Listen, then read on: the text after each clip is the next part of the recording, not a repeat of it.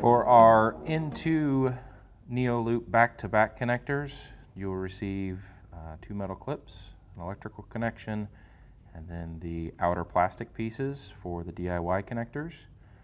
To install, you'll take your metal clips and install them onto the neon. Same thing on the other side, to where you have a connection like that.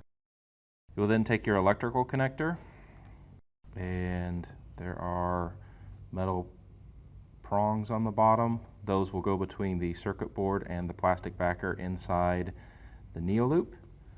To do that, pull the backer and the bottom of the Neoloop back and slide the electrical connector in.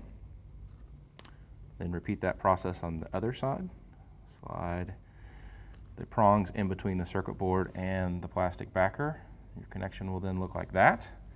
Take your bottom plastic piece and press the Neoloop with the metal clips into that.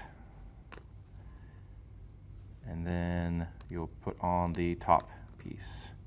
And again, this should all snap together, and you'll hear a positive latch when you've made a good connection.